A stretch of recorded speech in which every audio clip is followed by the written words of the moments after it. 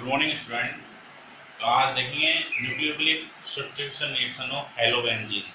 हेलोबेंजीन बोल दो या हेलोएरिन बोल दो, तो इसकी रिएक्शन देखेंगे। तो सबसे पहले मैंने पिछले ही वीडियो में बताया था, पिछला जो वीडियो था उसमें मैंने बताया था आपको कि बेंजीन है, बेंजीन में एक्स है, ये हेलोबेंजीन है, यहाँ पर कार्बन है। रेजोनेंस के कारण यहाँ पे क्या आता है, डबल बॉन्ड। डबल बॉन्ड आता है, इसलिए इसको ब्रेक करना मुश्किल है। ये थोड़ा सा क्या हो गया, स्ट्रॉन्ग हो गया। ठीक है। दूसरा बताया था इस पर क्या हाइब्रिडाइजेशन है, इस पर है sp2।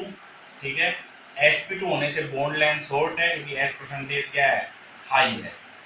बॉन्ड लेंथ क्या है इसकी, शॉर्ट है, इसलिए इसको ब्रेक करना बहुत कठिन है। तो नॉर्मली जब हम रिएक्शन पढ़ते हैं, जैसे मान लो ये है अपने पास Cl, हेलोबेंजीन है Cl, ठीक है। और यहाँ पर मैंने रिएक्शन करा दी, मान लो न्यूक्लियोफिलिक है, ये क्या है, न्यूक्लियोफिलिक। और रिएक्शन करा दी aqueous NaHCO3। Aqueous sodium bicarbonate बोल दो या थोड़ा एसिड ले लो, ठीक है। देखो क्या हुआ, न्यूक्लियोफिलिक में क्या होता है, C और X बॉन्ड टूटता है। तो ये रहा C, ये टूटा।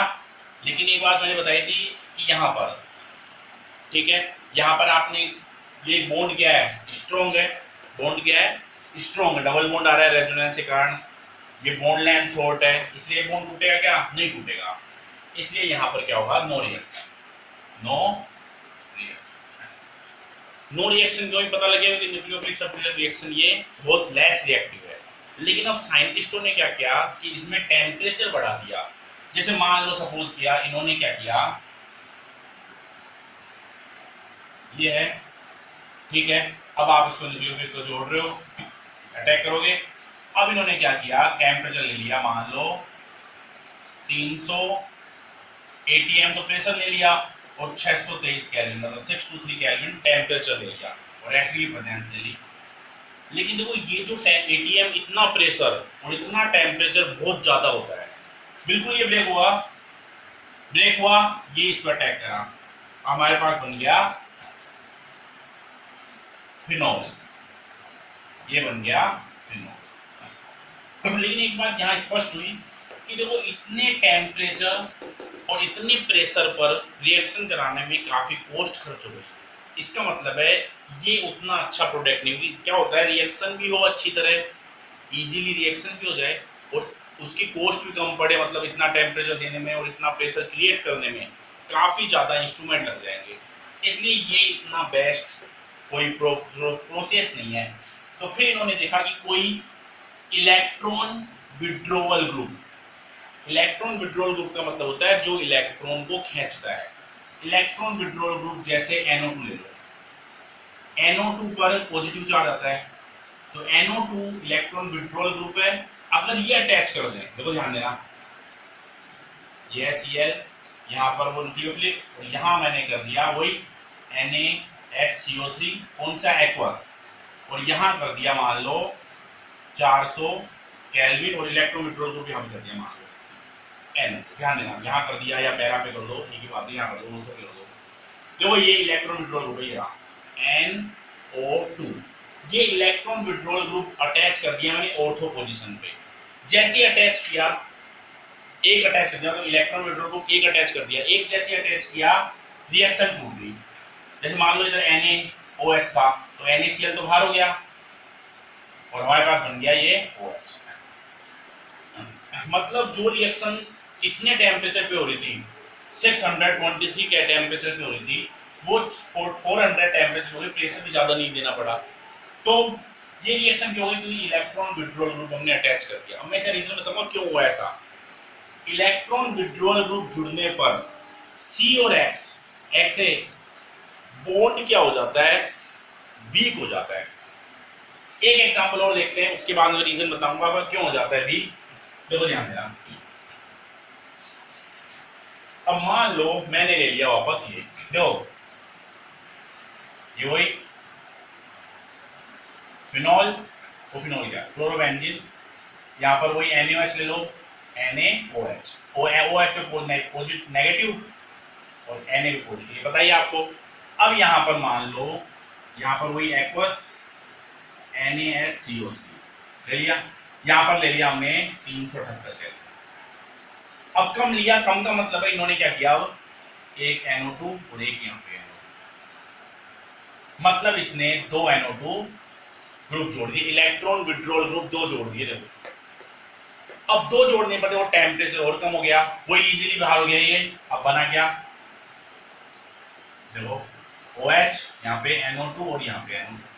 तो इंपॉर्टेंट बात ये है कि इलेक्ट्रॉन विड्रॉल ग्रुप अगर अटैच है तो C और Cl बॉन्ड मतलब CX बॉन्ड इजीली ब्रेक हो रहा है, ठीक है।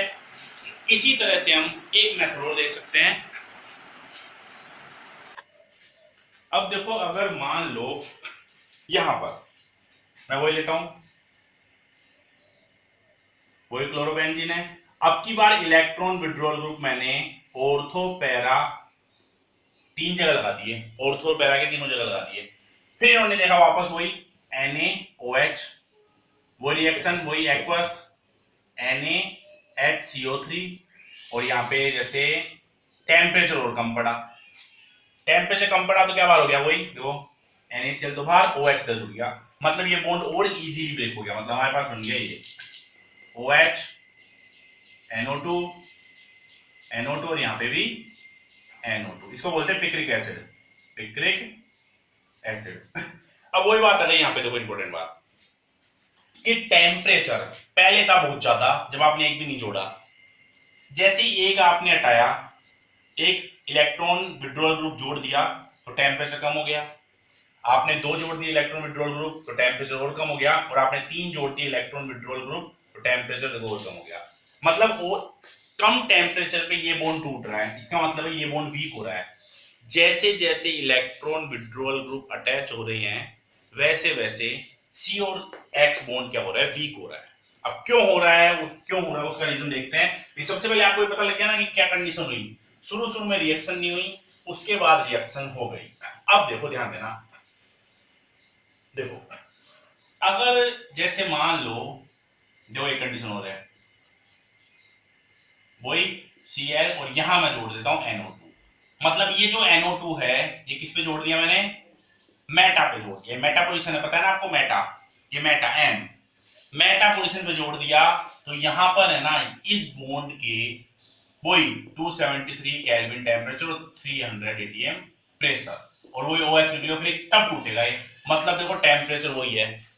इसका मतलब है मेटा पर आप इलेक्ट्रॉन विड्रॉल ग्रुप लगाओ या मत लगाओ, उसका इस CCl बॉन्ड पर, CCl बॉन्ड पे कोई इफेक्ट नहीं पड़ रहा, केवल ऑर्थो और पैरा पर ही, ऑर्थो और पैरा पर ही अगर इलेक्ट्रॉन विड्रॉल ग्रुप अटैच है तभी इस CX बॉन्ड में की रिएक्टिविटी डाउन हो रही है। अब ऐसा क्यों है उसका रीजन आप समझ लो, देखो ध्यान देना, मैं यहां बनाता हूं, देखो ये अपने पास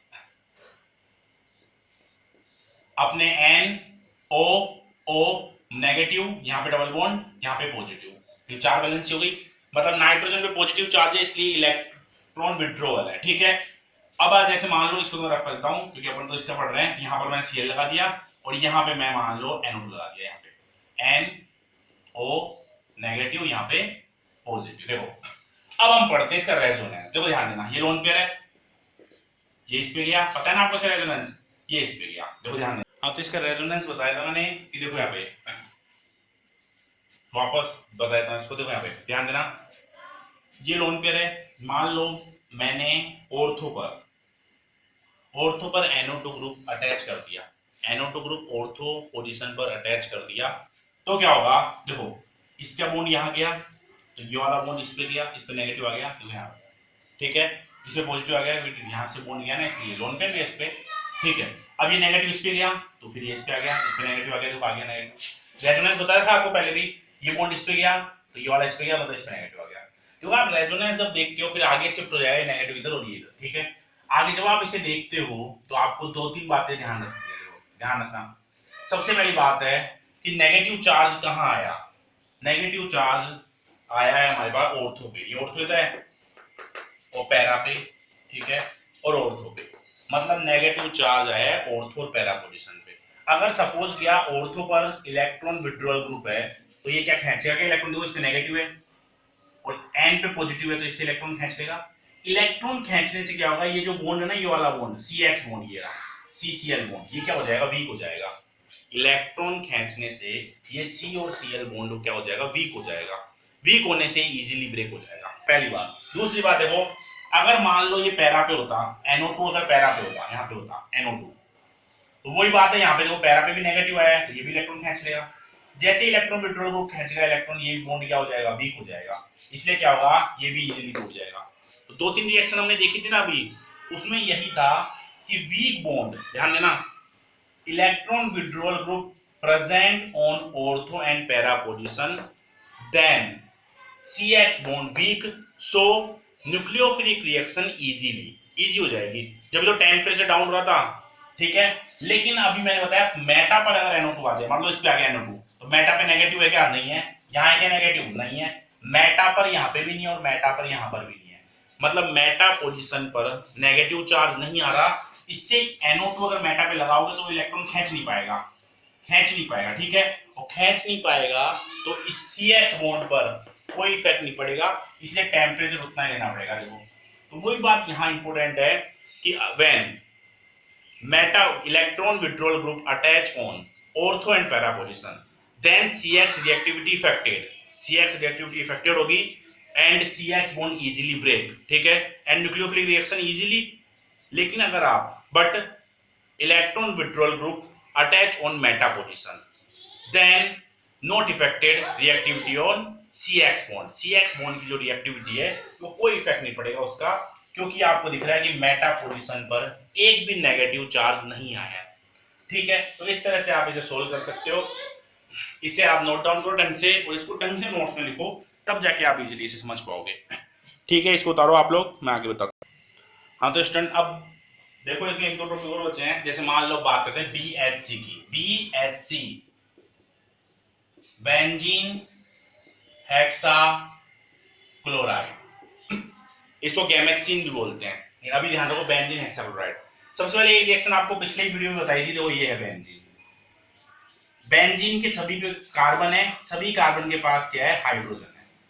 आपने रिएक्शन कराई क्लोरीन से कराया और प्रेजेंस ले लिया, मान लो FeBr3 या AlCl3 कुछ भी, और कुछ भी ले लिया, मान लो लुईस एसिड ले लिया, क्या होती है रिएक्शन, Cl को आप ऐसे लिख सकते हो, Cl बॉन्ड गया इस पे, नेगेटिव पॉजिटिव, ये वाला बॉन्ड इस पे गया, नेगेटिव पॉजिटिव, ठीक है, पॉजिटिव HCl बाहर और ये बन गया हमारे पास क्लोरोबेंजीन। चलो ठीक है, रिएक्शन हो गई कंप्लीट। जैसे इसको ऐसे बना दो, एक ही बात है।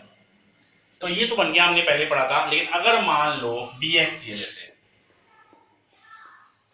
अपने पास ये है, यहाँ पर भी H है, सब जगह H है, तो उससे कोई मतलब नहीं है। मतलब इसका फॉर्मूला क्या है, इसका फॉर्मूला है C6H6, ये बेंजीन है, क्या है, बेंजीन। अब इसकी रिएक्शन करा दी वही क्लोरीन से, तो ClCl किससे करा दी, क्लोरीन से, और मान लो HNO ले लिया या अल्ट्रावायलेट लाइट ले ली। अब देखो एक बात बताई थी आपको कि जैसे लाइट और अल्ट्रावायलेट हो तो फ्री रेडिकल रिएक्शन होती है। फ्री रेडिकल मतलब ये तो फ्री रेडिकल नहीं थी क्योंकि यहाँ तो लाइट नहीं थी, तो मैंने इसको हाइड्रोलाइटिक रिवर्स कर दिया, यहाँ पर फ्री रेडिकल होगी ऐसे, ठीक है। अब वो ऐसे होगी तो इसका मतलब यहाँ पर जितने भी एल्कीन ग्रुप है वो भी टूट गए, देखो इस तरह से। तो ध्यान रखना इस चीज को, यहाँ पर ऐसे टूटने से क्या होगा, ये बेंजीन है, यहाँ पर डॉट, यहाँ पर डॉट, यहाँ पे डॉट, यहाँ पे डॉट, यहाँ पे डॉट, यहाँ सब जगह CH है, ध्यान रखना ये CH है, ठीक है, सब जगह है CH। अब Cl आपके पास कितने डॉट है यहाँ पे, देखो 1 2 3 4 5 6 6 डॉट है, यहाँ पर आप 3 से मल्टीप्लाई कर दो, क्या 6 डॉट हो गए क्या, बिल्कुल हो गए, 3 इसके और 3 इसके, तो एक Cl डॉट ये रहा, एक Cl डॉट ये रहा, इसमें डॉट है, एक Cl डॉट ये रहा, एक Cl डॉट ये रहा, एक Cl डॉट ये रहा और एक Cl डॉट है, सारे डॉट मिलके क्या बना लिए, बॉन्ड बना लिए। मतलब आप इसको ऐसे बना दो, सारे डॉट मिलके क्या बना लिए, बॉन्ड बना लिए। फॉर्मूला क्या हो गया, देखो C6H6 तो है ही, साथ में कितने Cl जुड़ गए, 6 जुड़ गए, तो Cl6। इसको बोलते हैं बेंजीन हेक्साक्लोराइड। वैसे बेंजीन है नहीं ये, साइक्लोहेक्सेन, लेकिन हम बोलेंगे बेंजीन हेक्साक्लोराइड। आईयूपीएसी नेम क्या होगा, 1 1 1 2 3 4 5 6 1 2 3 4 5 6, 6 बार क्या है, हेक्सा क्लोरो और फिर क्या है, साइक्लो हेक्सेन, साइक्लोहेक्सेन ही है, ठीक है। इसी तरह से आप इसका दूसरा नाम लिया गैमेक्सिन, गैमेक्सिन, ये क्या लिंडेन 666 666 बोल रहा है 666 इसको 666 यहाँ पे क्या बोल रहा है इसको बोल रहा है ठीक है। ये एक एक्सप्लोसिव भी बोल सकते हो इसको, तो इसको भी आप उतार लो। फिर इसके बाद देखेंगे डीडीटी। अब बात करते हैं डीडीटी की। देखो डीडीटी को याद करने का सबसे सिंपल तरीका, आप इसका नाम याद रखो पूरा, full name para para die chloro chloro ठीक है, di phenyl tri chloro ethane, मतलब para para die chloro di phenyl tri chloro ethane. अगर आप इसका नाम याद है फुल नेम तो आप इसकी रिएक्शन बना सकते हो। सबसे पहले देखो लास्ट में एथेन, एथ मतलब 2 कार्बन, यहां लिख रहा हूं मैं मेथ और एथ 2 कार्बन है। Trichloro para para die chloro phenyl, देखो फेनिल मतलब होता है जब फेनिल हम बोलते हैं बेंजीन को, जब वो सब्स्टिट्यूट होता है, मतलब मान लो 2 बेंजीन है यहाँ पे, एक तो ये रही बेंजीन और एक ये रही। मैंने बताया था आपको कि ये तो होता है ऑर्थो, ये मेटा और ये पैरा, ये ऑर्थो मेटा पैरा ठीक है। तो यहाँ पर देखो पैरा पैरा डाइक्लोरो मतलब दोनों पैरा पर Cl है, डाइक्लोरो होगा ना 2 क्लोरो, देखो पैरा पैरा डाइक्लोरो, फिर डाइफेनिल 2 फेनिल है अपने पास, और ट्राइक्लोरो देखो ट्राइक्लोरो हो रहिएगा, ट्राइक्लोरो मतलब 3 Cl है, तो यही जुड़ेंगे 1 2 और 3, देखो हो गया। इसकी वैलेंसी 4 हो गई, इसकी 4 करने के लिए इसमें क्या लगा दूं एक H लगा दूं, ये है हमारे पास DDT, इसको हम बोलते हैं para para dichloro diphenyl trichloro ethane. अब ये बना कैसे देखो ध्यान देना, सबसे पहले आप पीछे आओ, इसको ऐसे देखो, इसको ये अपने पास यहाँ पर होगी देखो C Cl Cl Cl, तो ये है, उसके बाद C एक H ये क्या लिख दिया, यहां 2 बॉन्ड हटे हैं, इसका मतलब यहां था डबल बॉन्ड O। दूसरा था अपने पास ये बेंजीन है, बेंजीन हमारे पास, ये 2 बेंजीन बना दो, ये बेंजीन है, इधर Cl लगा है, यहां पर था एक H, मतलब ये क्लोरो बेंजीन है, तो यहां पर 2 है ना बेंजीन, तो 2 बना दो ऐसे, 2 बना दो ऐसे ही सेम, देखो Cl, ये है क्लोरो बेंजीन और ये क्या है क्लोरल, क्लोरल बोलते हैं इसको। अब रिएक्शन करो, देखो बन गया ना इससे पीछे, अब बाहर हो गया ये हमारे पास, ये देखो H2O क्या बाहर हो गया, H2O बाहर हो गया। एक बात ध्यान रखो, H2O बाहर कर रहे हो इसका मतलब यहाँ पे एसिड लोगे, एसिड ले लो, जैसे H2SO4 ले लिया, कंसंट्रेट ले लो ठीक है, तो H2O बाहर हो गया। और देखो वैसे बॉन्ड भी गिरा सकते हो, दोनों बॉन्ड ओपे गए, इसमें पॉजिटिव 2 आए, ये बॉन्ड गया तो इसमें नेगेटिव 1 से, और ये दोनों कार्बन से देखो ये जुड़ गए, एक ये और एक ये, तो ये बन गया हमारे पास DDT। H2SO4 की प्रेजेंस में, मतलब हम बोल सकते हैं chloral react with chlorobenzene in presence of acid then formation of DDT। DDT का पूरा नाम याद रखना, para para dichloro diphenyl trichloro ethane ठीक है, तो इसको आप नोट डाउन करो। अब देखते हैं नोमेनक्लेचर ऑफ फ्यूरेन। फ्यूरेन बोल दो या क्लोरोफ्लोरोकार्बन बोल दो, फ्यूरेन को हम बोलते हैं, दूसरा नाम है क्लोरोफ्लोरोकार्बन, क्लोरोफ्लोरोकार्बन।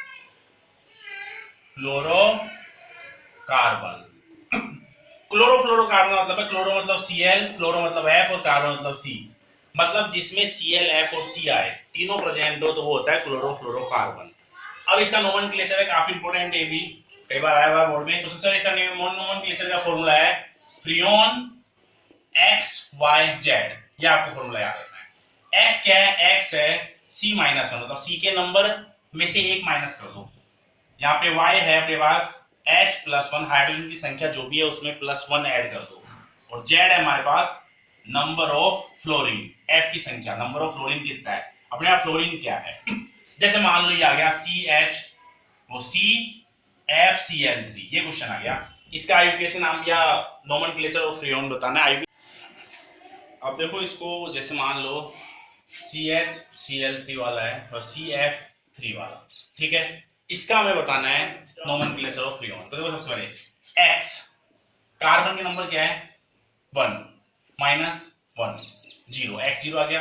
Y देखो H+1, H कितने है 0 है, +1 बराबर बना गया ठीक है। Z कितने हैं, नंबर ऑफ F, F कितने हैं 1, तो हमारे पास क्या आ गया हमारे पास आ गया ये इसका नोमेनक्लेचर फ्रीऑन 011, तो 0 को हटा दो आप तो क्या आ गया फ्रीऑन 11, ठीक है। इसी तरह से मान लो CF3Cl3 है, ये है, या CF ये है, मान लो C2F3Cl3। देखो सबसे पहले X क्या है, X दो यहाँ पे C-1, C कितने हैं 2, 2 - 1 बराबर 1, Y कितने हैं H+1, H 0 है, +1 बराबर 1, ठीक है। Y कितने हैं वो Z देखो नंबर ऑफ F, Z क्या है नंबर ऑफ F कितने हैं 3, तो क्या आ गया ये फ्रीऑन 113, ठीक है। इस तरह से मान लो ये आ गया CF2Cl2, ठीक है। इसका करना है तो X क्या है, कार्बन के नंबर कितने हैं 1, कार्बन के नंबर 1 है, देखो एक ही तो है यहाँ पे, तो एक में से एक माइनस कर दो मतलब 0 आ गया है। Y कितने हैं H कितने हैं यहाँ पे 0 है, +1 बराबर 1, और Z क्या है नंबर ऑफ F कितने हैं 2, मतलब आ गया 1 फ्रीऑन 012 ये XYZ होता है ना, 1 को हटा दो तो फ्रीऑन 12। लेकिन कई बार ऐसे भी आता है क्वेश्चन, देखो ये जैसे फ्रीऑन 114 ये आपको दे दिया और आपसे पूछा कि इसका फॉर्मूला लिखना है, right the IUPAC name of freon 114, IUPAC name. तो सबसे पहले देखो ध्यान देना, यहाँ पर x क्या है, x है यहाँ पे 1, x 1 कब आएगा जब c कितने होंगे 2, इसलिए so hence c equal to, देखो यहाँ पे x1 है, देखो x1 ही तो दे रखा है यहाँ पे, तो x1 कब आएगा जब c 2 होंगे। y देखो y क्या है H+1 मतलब h तो हमेशा 0 रहते हैं, तो यहाँ पर y क्या आ गया, y यहाँ पे है 1, देखो 1 है ना, मतलब h क्या होंगे h 0 होंगे, ठीक है। अब आती है z की बात, z कितना है यहाँ पे, देखो यहाँ पे 4 है, मतलब f कितने होंगे 4, देखो ये ढंग से कोई दिक्कत है क्या, वापस रिपीट कर रहा हूँ, x यहाँ पे 1 थे, मतलब कार्बन यहाँ पे 2 होंगे, y यहाँ पे y यही तो है सेकंड वाला 1 है, इसका मतलब h यहाँ पे 0 होंगे क्योंकि 1 है तो h 0 होंगे, और z यहाँ पे 4 है, z यहाँ पे क्या है 4 है, इसलिए f क्या होंगे 4 होंगे, ठीक है। अब एक बात आती है कि अब हम क्या कर लिखें, कितने कार्बन है 2, एक और एक 2 कार्बन है, उस पर f है, f 1 2 3 और 4 हो गया है। अब आप बताओ पढ़ क्या रहे हो आप, क्लोरोफ्लोरोकार्बन फ्रीऑन पढ़ रहे हो आप, क्या कार्बन भी है फ्लोरीन भी है, क्लोरीन नहीं है, और कार्बन की वैलेंसी देखो आप कितनी है 3 है, इसका मतलब क्लोरीन है वो कंप्लीट करेगा इस वैलेंसी को, तो ये हो गया अपने पास। तो अब सबसे पहले देखो फॉर्मूला क्या है, C2Cl कितने हैं 2 और F कितने हैं 4, तो ये इसका फॉर्मूला है, मतलब फ्रीऑन 114 का जो फॉर्मूला है वो ये है। आईयूपीएसी नेम भी दे सकते हो, पहले क्लोरो आएगा 1,2 डाइक्लोरो 1122 डाइफ्लोरो टेट्राफ्लोरोएथेन, ठीक है। इसी तरह से मान लो ये आ जाए फ्रीऑन 111, इसका बताना है आपको, तो आप ऐसा कर सकते हो, इसी तरह से आ जाए फ्रीऑन 113, इसका कर सकते हो, या आप फ्रीऑन 11 आ जाए तो ये रहा, ठीक है। इसका करके दिखाऊंगे या कर लोगे आप लोग, ठीक है, या एक बार देख लो इसको, फ्रीऑन 111 है तो मतलब x क्या है C-1 1 है, इसका मतलब C कितने हैं यहाँ पे, देखो यहाँ पे ये 1 ही तो है, तो C क्या होंगे यहाँ पे C 2 होंगे, तो C बराबर 2, ठीक है। Y का मतलब 1 है, मतलब H क्या होंगे 0, और Z क्या है नंबर ऑफ F 1, तो मतलब F क्या होंगे 1, देखो यहाँ पे। अब इससे हमें कितने कार्बन कितने 2 हैं, मतलब यहाँ पे C 2 हैं, F कितने हैं 1 ही है, F देखो 1 ही तो है, Z 1 था तो F भी 1 होंगे। अब बाकी बचे हुई जगह क्या लगाओगे Cl, 1 Cl 2 Cl 3 Cl 4 Cl 5 Cl, तो फॉर्मूला क्या हो गया C2 F 1 है और Cl कितने हैं Cl5, ये है इसका फ्रीऑन 111 का। ओके, इसको आप नोट डाउन करो ढंग से, ठीक है। Okay, good day.